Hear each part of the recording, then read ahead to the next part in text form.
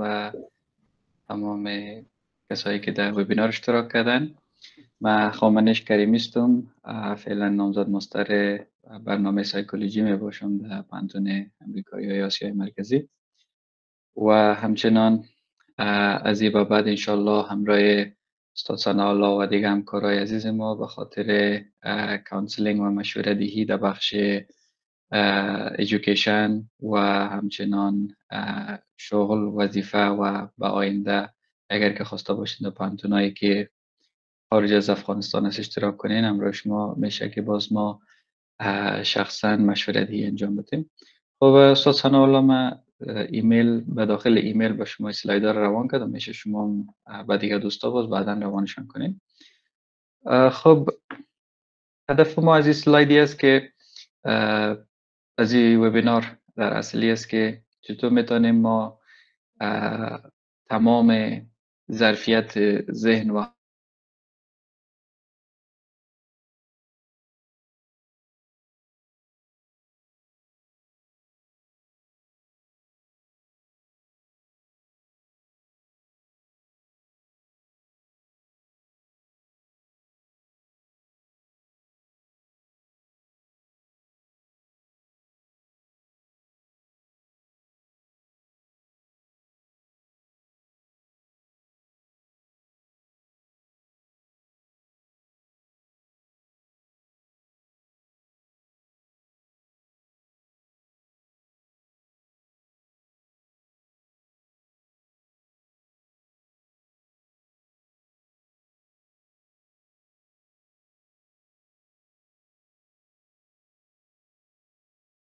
که حافظه را داخل مغز درگیر میکنه و اون ناحیه هایی که داخل مغز مربوط به حافظه است را میخوانه و چند نوع حافظه داریم اونا را میخوانه و همچنان فاکتورهایی که باعث تقویت و باعث ضعف حافظه میشه اونا را مطالعه میکنیم همراه شما و دو دانه از تکنیک های تقویت حافظه همراه شما کار میکنیم که مثال دو تا تکنیک چطور میتونه که باعث قدرتمندتر شدن ذهن ما و همچنان حافظه ما جداگانه از مغز ما ذخیره میشه.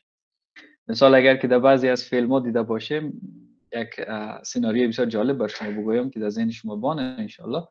اگر که در بعضی از فیلم ها دیده باشیم، مثال یک از بازیگرای فیلم ضربه مغزی میخوره، حافظه‌اش یادش میره، اما کلمه، زبان و صحبت کردنشان یادشان نمیره، به خاطر از اینکه کلام، زبان و حروف تماما یک قسمت متفاوت از مغز در بر میگیره. حافظه یک قسمت متفاوته و حتی یک تحقیق شده بود سر یک انسانی که حافظه خود کاملا از دست داده بود و مرور زمان دیدن که او رانندگی فراموشش نشده بوده، بایسکل سواری فراموشش نشده بوده و یا بسیار جالبی که یک نقاشی یادش رفته بوده ولی بعد از او تانسته که نقاشی را بهتر یاد بگیره. یعنی هر قسمت از ذهن و مغز ما یک نقطه بسیار متفاوت داره به خاطر یادگیری و به خاطر ذخیره و حافظه. دو دانه از قسمت های بسیار مهم از او در داخل مغز، اولیش هیپوکامپس است. هیپوکامپس ما که است کاملا اینمی ساحه که با دو رنگ اشاره شده، اینمی کامل هیپوکامپس ماست و وظیفه خود هیپوکامپس ساختن خاطرات و یا میموری های جدید است داخل مغز که ایره از امروز هر چی که مثال شما یاد بگیرین، تمام یاد گرفته های شما، یاد داشته های شما در داخل قسمت هیپوکامپس مغزتان ذخیره میشه. تالاموس و جایرس و امیگدالا و هیپوکامپوس اینا قسمت هایی است که هر کدام یک فعالیت دخیل هستند داخلش و امیگدالا که است یک نقطه مثال آسیب دیدن باعث میشه که انسان یک رفلکس داشته باشه و قسمت امیگدالا دوباره باعث میشه که خاطرات از مثال همراه احساسات ذخیره شوند که مثال بعضی وقتا غذای که دستپخت مثال عزیزای ما هست اونا که میخوریم یا که دیگه جای میبینیم یاد ما میفتن و آدما به خاطر از است که او خاطرات با احساسات ما با هم یک جا تنیده شده و وظیفه دیگه امیگدالا همچنان ارتباط دادن احساسات ما با حافظه است که مهمترین بخش در قسمت حافظه هیپوکامپس است که تمام چیزهایی که ما یاد میگیریم از حافظه کوتاه مدت ایره به حافظه طولانی مدت ما انتقال میده خب چی رقم در ذهن ما و یا در مغز ما خاطرات و این حافظه شروع به فعالیت میکنه. قسمی که این دانه دانه نقطه رو میبینین، این نقطه دانه دانه به یاد گرفتن وقتی که ما شروع کنیم، هر کدام از این نقطه رو شما یک قسمت از ذهنتان یا قسمت از حافظتان احساس کنید، اینا دانه دانه جمع میشن و پروسس فرمیشن و یا ترکیب حافظه ایجاد میشه. اول ترکیب میموری ایجاد میشه. بعد از او در قسمت هیپوکامپس مغز که قبلا برای شما گفتم، در این قسمت ذخیره میشه این میموری‌ها و اصلا نیاز و اهمیت ذخیره و اینی ساختار جور شدنشان تنها به خاطر مرحله آخر ماست که ریکال و یا یادآوری است و تنها به خاطر یادآوری است که اینا ذخیره میشه و بعد از او اینا ترکیب میشه در ذهن. این دلیلش همی است که انسان ها حافظه دارن که بتونن از اونا به مرور زمان دوباره ریکال کنن و یا که دوباره دریافتش کنن.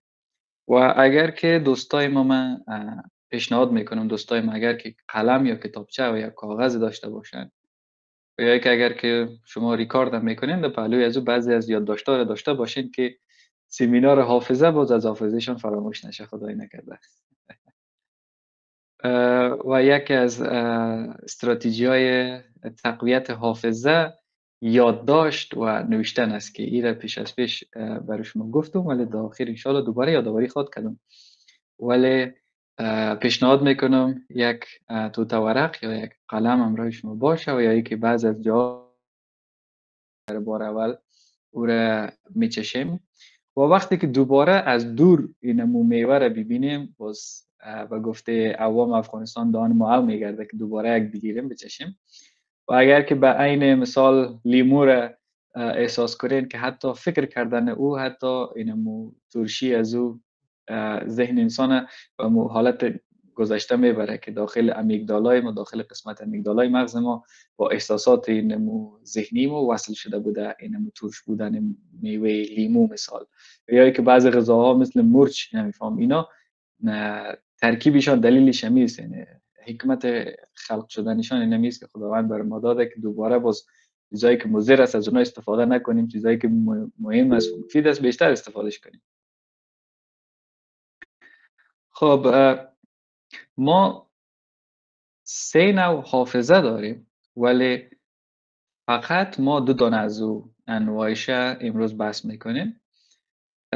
حافظه حافظه اولی به نام سنسوری میموری می باشه که از روی احساسات و از روی حواس ما و از روی حرکات ما در حافظه ذخیره میشه.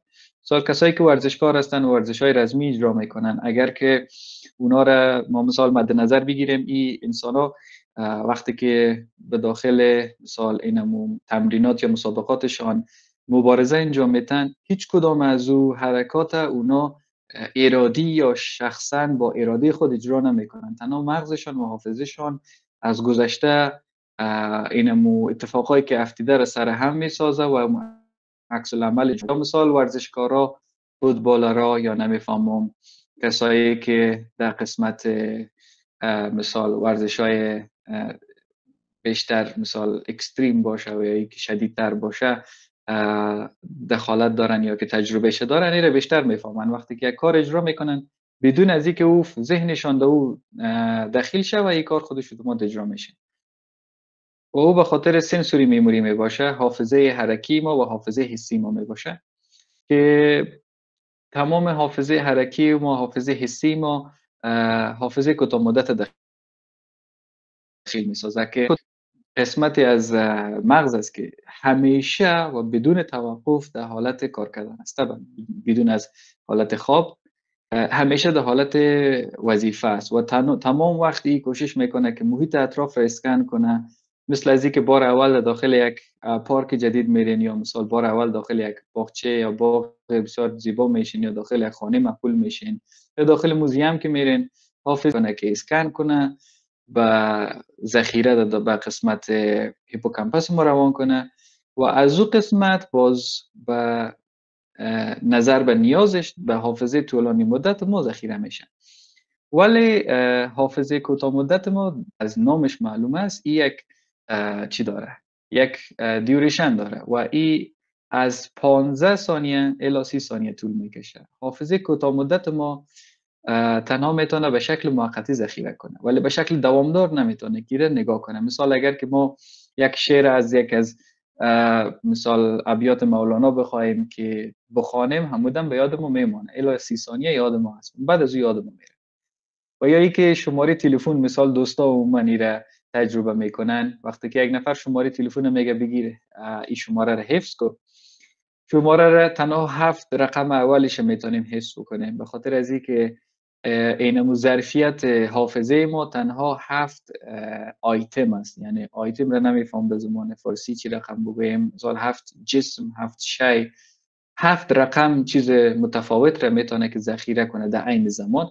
اینمو قالبش پر میشه، 7 مورد میگن دوستای ما، درست است ولی 7 مورد در عین زمان ذخیره میکنه و بعد از او دوباره اینمو قالب پر میشه و اونا را ارسال میکنن به فابریکه حافظه طولانی مدت و از یاد ما میره باز اگر که استفاده نکنیم اینا را. و همچنانی همیشه اکتیو است، فعالیت ازی همیشه دوام داره و امروز ما را کوشش میکنیم که یک تمرین هم باید داشته باشیم انشالله. ولی حافظه دوامدار و حافظه طولانی مدت ما قسمتی است که تمام عمر اونمو مواردی که حیاتی و نیازمند است برای ما، برای وجود ما، برای ذهن ما، برای محیط ما، اونا رو ذخیره میکنه و اونا بعض وقتا حتی به تمام عمر یاد آدم نمیره. مثال میتونه که اینا نامای دوستای نزدیک، اعضای خانواده، جای زندگی، مثال خاطرهای خوشی که از دوران خوب زندگی یا خاطرهای بعد همچنان که از دوران زندگی داشتیم، اینا همه ایشان به خاطر زنده نگاه داشتن ما بسیار ارزش داره و ظرفیت حافظه طولانی مدت ما تقریبا یعنی نامحدود است. مثل از این حساب کنین که شما مثال هزارها هارد دیسک داخل مغزتان ذخیره دارین و هر کدامشان هر روز در حین ذخیره کردن هستن بدون از اینکه پر شوند. و برعکس تمام چیزهایی که در دنیا با استفاده استهلاک بشه، ذهن ما و وجود ما و باطن ما و درون ما هر چه که از او بیشتر استفاده مثبت کنیم قوی تر میشن و اونا مستحکم تر میشن.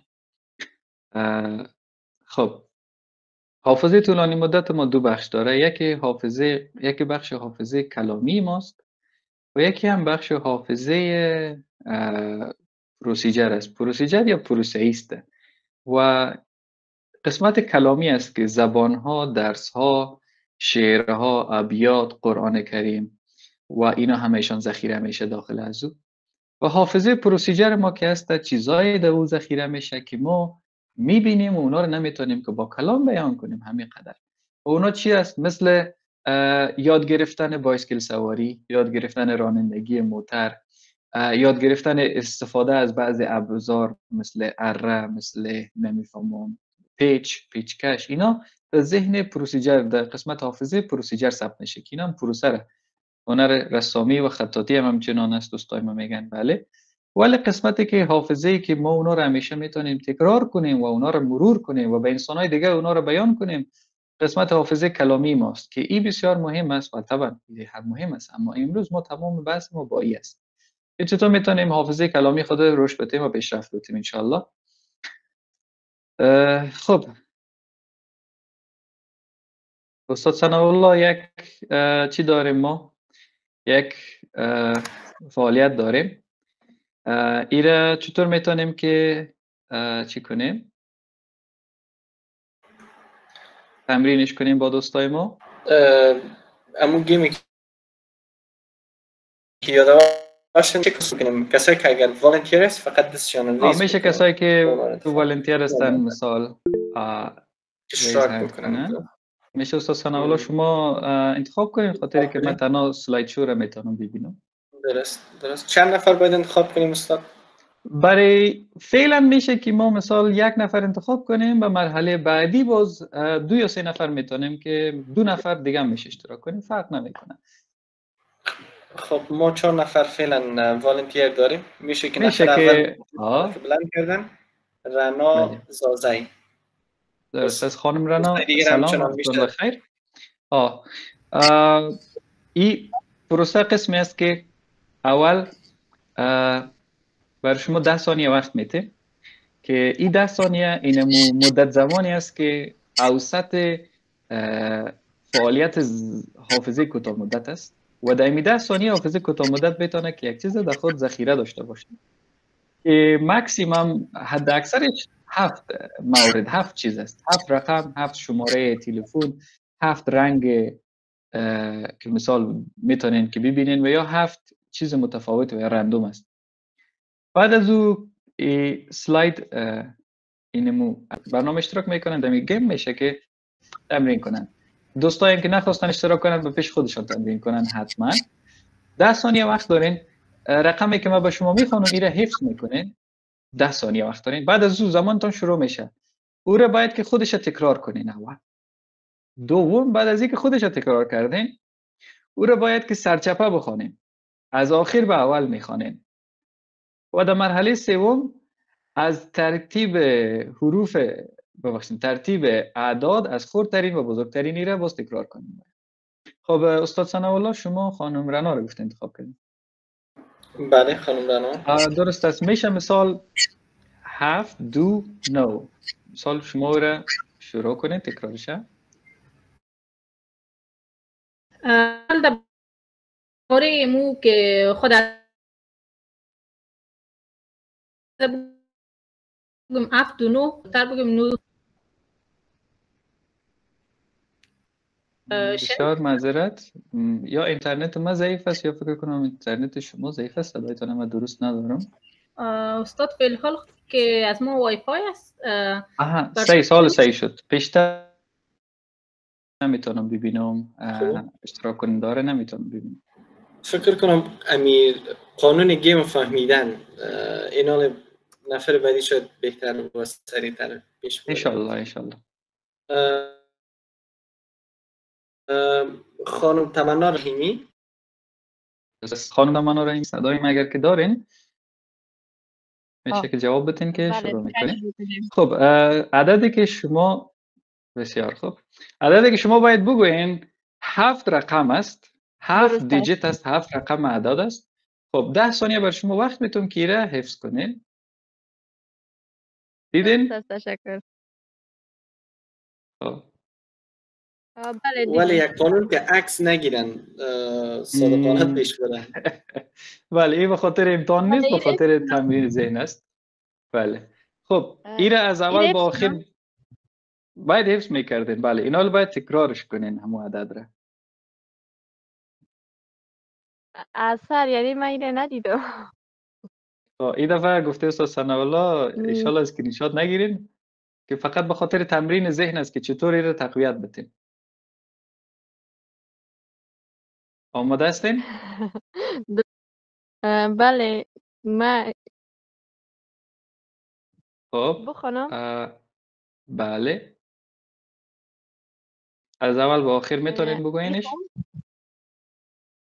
از اول به آخر بله 91 بود 53 84 دیگه شده یادم نیست. بله آخریش 2 بود. و دلیلی که یادتان نماند این است که ماکسیمم مواردی که ذهن میتونه ذخیره کنه 7 است، از او به بالا نیست و با مرور زمان میتونین ایره به 10 تا برسانین. و چند سال گذشته یک استاد از پانتون اینمی تمرین را اجرا میکنه و بعد از 2-3 سال بعد از 2-3 سال 51 رقم را حفظ میکنه. 51 رقم را به مرحله دومی که شما باید بکنین ایره از آخر به اول میگه. حالا اینمی عدد را از آخرش به اولش بگوین. 2 53 84 91 امقه درست گفتم؟ نه خیر 2 48 35 19 باعث تقویت حافظه میشه بسیار زیاد است. من تنها کوشش میکنم که 10 دانش بگویم که بسیار حیاتی و مهم است و اونا را نظر به ارزششان و نظر به اهمیتشان از اول به آخر کوشش کردم ترتیب کنم و هر کدامش که به شما مثال صدق نمیکنه او را حتما شما باید که مراعات کنین و هرچی که ترتیبش و پایین و یک نزدیکتر باشه و اونا رو مراد نمیکنه شما جدی تر است با شما. اولین عاملی که باعث ضعف و یا حتی از بین رفتن حافظه میشه استرس، اضطراب و افسردگی و پریشانی است. خطرناکترین عامل فراموشی حافظه و ضعف حافظه استرس و اضطراب و افسردگی است. هر سه کلمه کاملا معنای متفاوت دارند. استرس او عاملی است که از بیرون به شما چی میشه باعث میشه یا حاکم میشه، مثل گرمی هوا میتونه استرس باشه، نزدیک بودن امتحانا میشه استرس باشه، یا که مثال محیط انسان ها برای شما استرس بدن. ولی انگزایتی و یا اضطراب تشویش گذشته و چرت آینده است. این از استرس متفاوت تر است. یک چیز درونی است و مثل موریانه ذهن و فیزیک و وجود را از داخل از بین میبره و حتی بعض وقتا باعث مریضی های میشه که هیچ تداوی نداره به خاطر که اصلیت وجود نداره در اون. و افسردگی هم همچنان یک عامل بسیار خطرناک ضعف حافظه است و دلیلش هم است که این هر سه عامل استرس و اضطراب و همچنان افسردگی عامل اصلیشان هورمون کورتیزول است. اگر که خواسته باشین میشه نوشته کنین، باز خودتان بیشتر تحقیق کنین. هورمون کورتیزول از دو قسمت از مغز و همچنان از قسمت امعا و یا روده ها و از معده بیشتر میگن چی میشه این افراز میشه. هورمون کورتیزول باعث زیاد شدن تشویش و استرس میشه و طبعا یعنی حکمت خلقت ازی برای ما همیست که ما را از بلاها و از آفتها و همچنان از مار و گژدهم و شیر و پلنگ نگاه کنیم. وقتی که کورتیزول در قسمت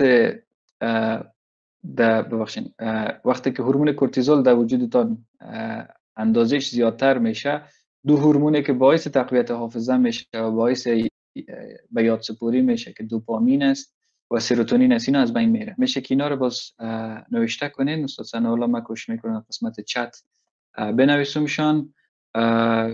کورتیزول باعث میشه که هورمون حافظه از بین بره.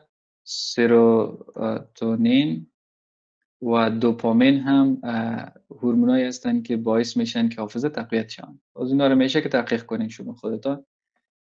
اگر که اسپلش هم اشتباه بود ببخشید، به خاطر که من عجله دارم باید کل اسلایدها رو خلاص کنم. دومین عامل که خیلی مهم است و این عامل عموما در آخرات در عصر تکنولوژی بسیار پایمال شده میره، کیفیت خواب است.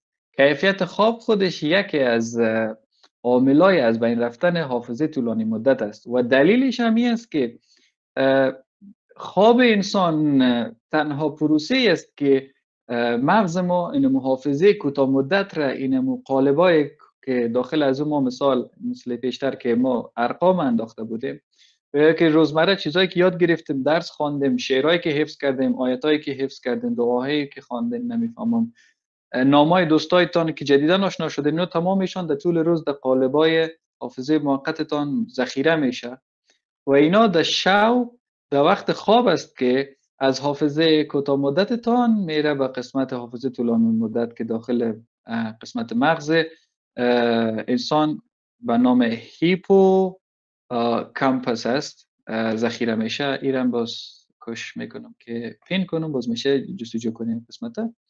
و ایرم متوجه باشین که بعضی دوستا مثال تا 2 بجه شب بیدار میشینن، تا 1:30 بجه شب بیدار میشینن و اینا صبح بعد از اون وقت میشن باز میگن که ولی بازم حافظه ما مشکل داره. به خاطر از که یک قسمت بسیار مهم است از استیجای خواب به نام REM یعنی Rapid Eye Movement.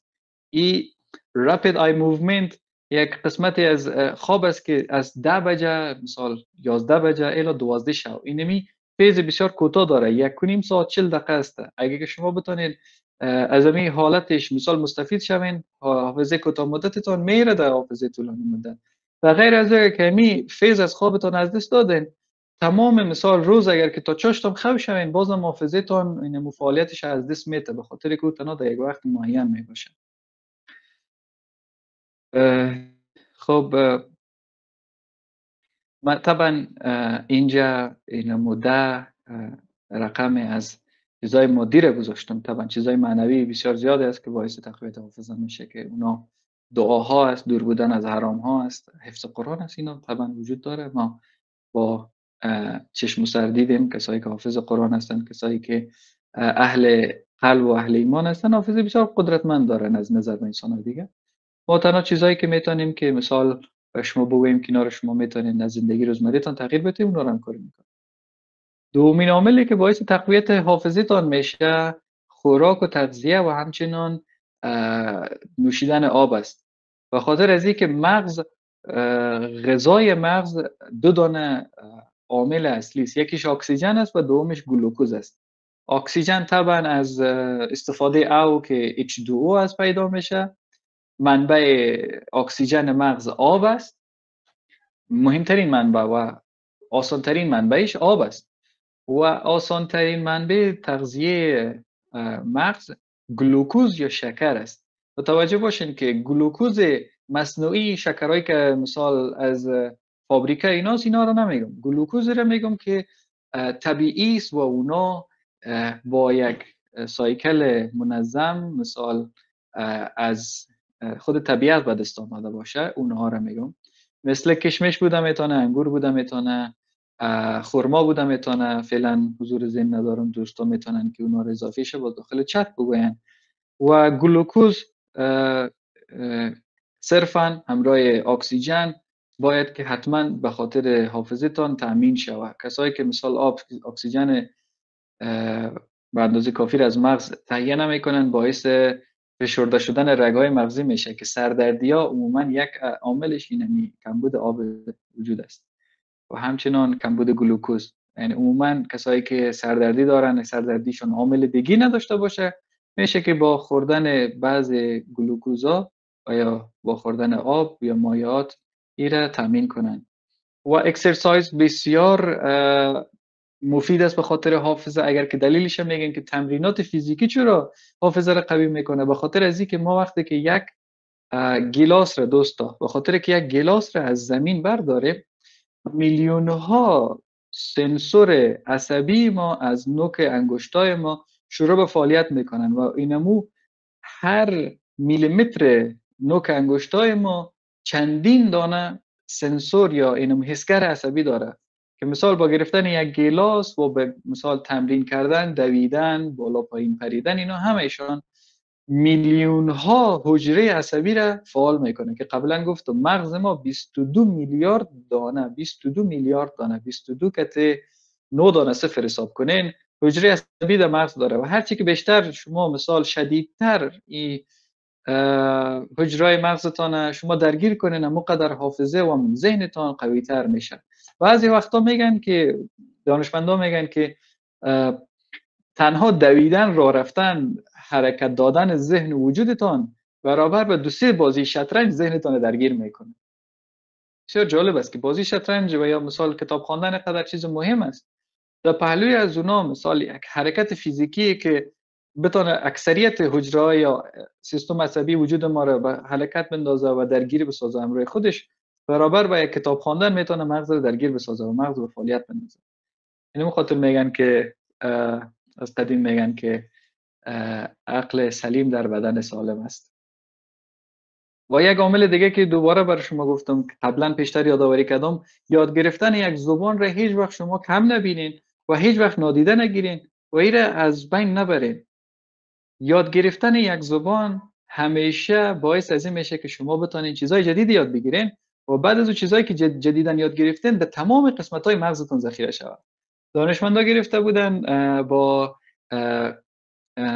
اینمو سیستم EEG الکترونیکال گرافینگ مغز، یعنی گرافینگ با حجره مغز کلاه استاندارد وصل میکنن اینمو شاکای برقی را هر قسمت از ذهنتان که اینمو کلمات درگیر شد، اینمو قسمت اینو ضبط میکنن و دیده بودن که وقتی که کلمه‌های خوب یا خوشی را استفاده میکنن، کلمه‌های مثبت میگن، کاملا یک قسمت متفاوت مغز شروع درگیری کرده بودن. وقتی که گرفته بودن مثال افعال، فعلها یا مثال صفتها را بیان کرده بودن، کاملا یک قسمت متفاوت از مغز شروع به فعالیت کردن. وقتی که اینا رو با هم چیندن، دیدن که مغز را اینمو نقشه مغز را مثل یک نقشه زمین واری که هموار کنین، تمام قسمت های مغز متفاوتاً درگیر می شده. پس یاد گرفتن زبان بسیار یک عامل رشد حافظه است و برای رشد ذهن است. و طفلایی که از نگاه یعنی علمی ای ثابت شده، طفلایی که با تحقیق البته ثابت شده که طفلایی که در شروع سن مثال 4 سالگی الی 5 سالگیشان اونا 2 زبان یاد میگیرن، به خاطر که 2 زبانه هستن.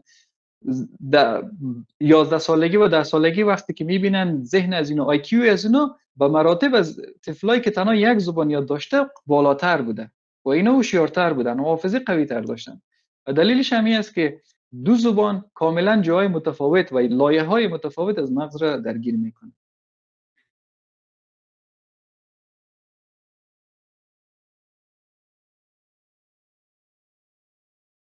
اصلا بیکاره ما در مغز خود کوشش میکنیم که مثل که پیچکاری کنیم تزریق کنیمش و این توده بسیار زیاد به مرور زمان کار ما نمیآید و مغز اونا رو فراموش میکنه. وقتی که این عادت شوه، چیزای مهم میرم که ما میخوایم که از حافظه کوتاه مدت طولانی مدت بفرستیم، مغز میگه که خب این میگه مثل نمو لوحای دکانا و نمیفهمم دیگه نمبر پلیتای موترا و نمیفهمم اینی معلوماتی که هر روز داخل سوشال میدیا در هر ثانیه مثال چندین صفحه را ما سکرال میکنیم بالا میبریم، تمامشان حافظه کوتاه مدت ما را دخیل میسازن و حافظه کوتاه مدت با مرور زمان تنبل میشه، میبینه که ببخشید حافظه طولانی مدت دخیل میشه، میبینه که چیزای بی ارزش بوده و بی اهمیت بوده. هر چیزی که بعد از این میگه که از او آمد و بیکاره است، میگه او کارمند مثال میگه که نالایق و ناشایسته اینمون دفتر چیشان است، میگه دفتر مغز ماست، میگه او را دیگه ما برش ارزش نمیدم، اهمیت نمیدم. به خاطر حافظه ضعیف میشه. دوباره تکرار کنم، نمبر پلیتای موتر، مثال اعلانات بیلبوردا، اعلانات تبلیغاتی، نامای دکانا در مارکت ها، سوپرمارکت ها، اسکرین تایم اینا را کوشش کنین که کم کنین و تا حد بسیار بسازین که هیچ استفاده نکنین، هیچ چیزایی که مهم نیست نخونین که این حافظتان کاملا از بین میبره. خب عامل هفتم که میتونه تقویت حافظه را برای ما زیادتر کنه، بازی های میموری و بازی های حافظه است. قبلا یکیش ما نشان دادیم براتون، دیگهش مثال بعضی گیم های موبایل است که 2 دانه عکس است در قسمت های متفاوت تصویر داخل اسکرینتان است، اونا صفحه ها دور میخوره، بعد از او شما باید که حدس بزنین که مچ ازی یا مثال ای با کدامش سر میخوره. 2 دانه مچ داره هر کدام، اون 2 دانهش باز میکنیم باز از صفحه محو میشه یا کونا باز پیدا میشه، باز دیگه را گم میشه. مثلا دوستایی که گیما رو دارن میشه نامش نوشته کنن داخل چت باکس که دیگران چی کنن. اما میتونین از قسمت پلی استور یا اپ استور موبایلتون به نام میموری گیمز یا مچینگ میموری سرچ کنین میاره و این اسکرین شات بگیرین، این سفر هم باز میشه با آینده پیدا کنین. بازی با ارقام بسیار مهم است که میتونین تقویت ببخشید.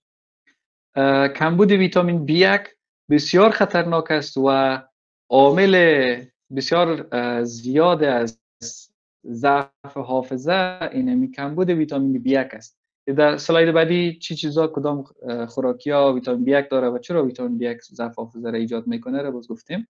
این عامل را کوشش کنین که تکرار کنین، این را با قلمتان یک جای نوت کنین، این را تکرار کنین.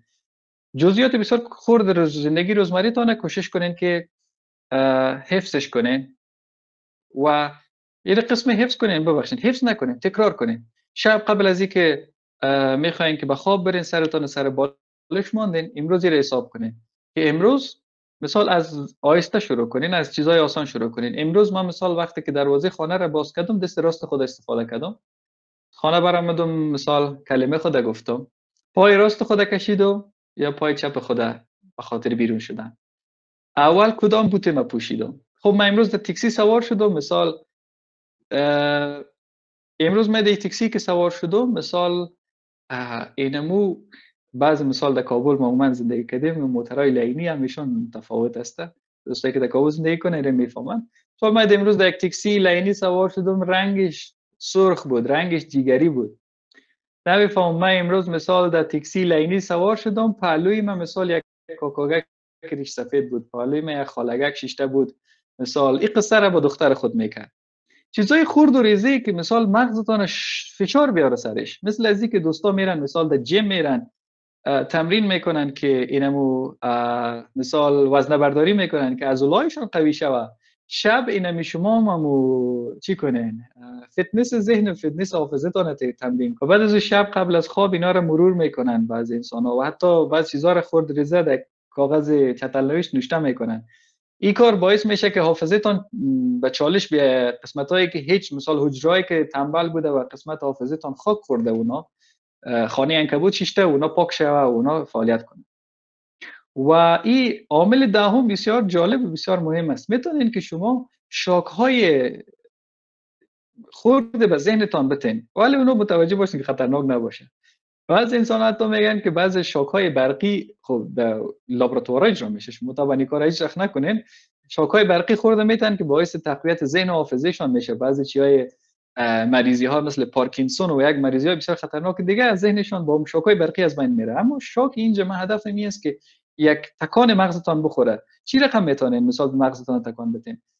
آشپزی میکنین، مثال اگر که بازار رفتین یک خلطه در دستتان است و یا که مثال قلم گرفتین یک چترنویس نوشته میکنین، حبودم بگیرین بدون مثال فکر بگیرین در دست غیر مثال چیتون استفاده کنین، عادیتون استفاده کنین. اگر که مثال از دست چپ، کسایی که دست چپ است کوشش کنن وقت آشپزی کردن دست راست استفاده کنن.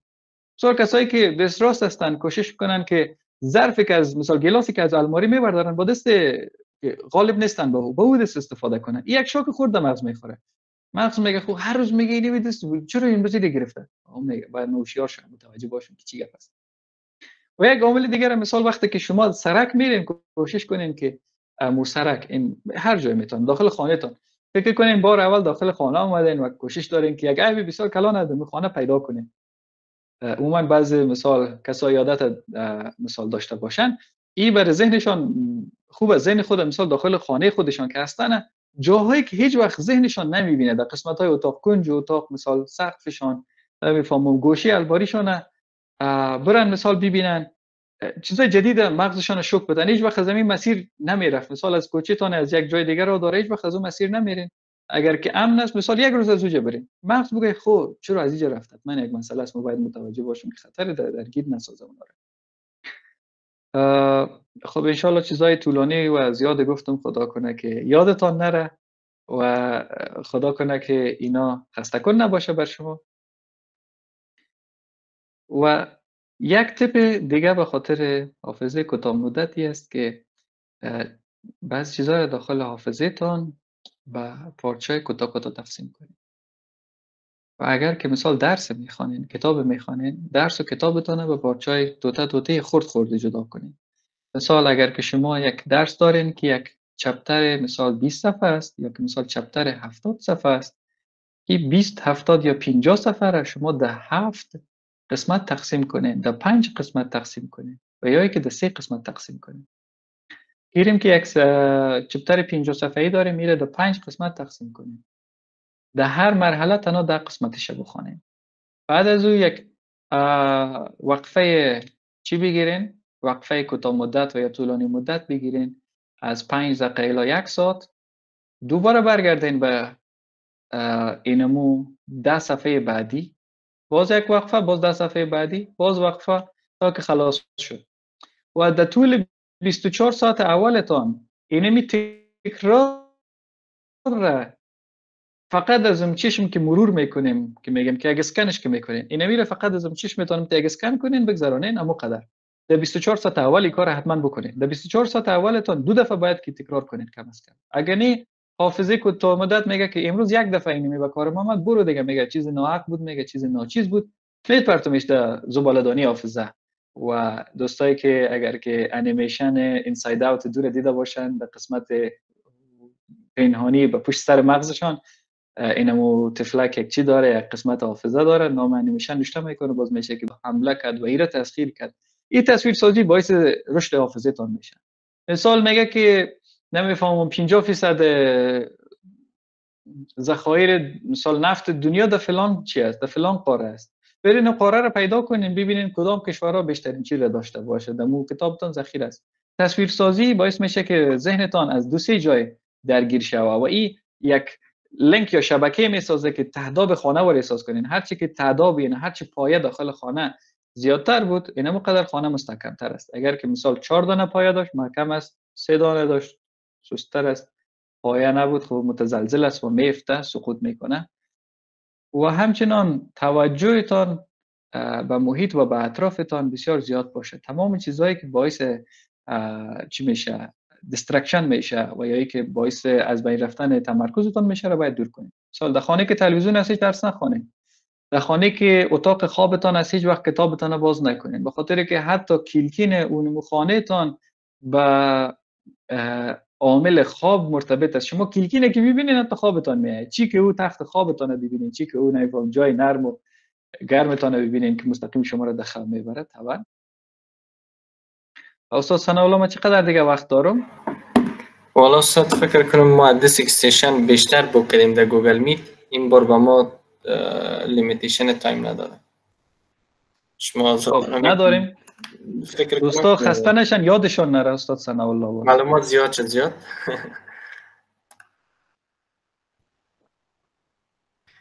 خب اگر که دوستا میخواین میشه که یک سیشن دوم بگیرم.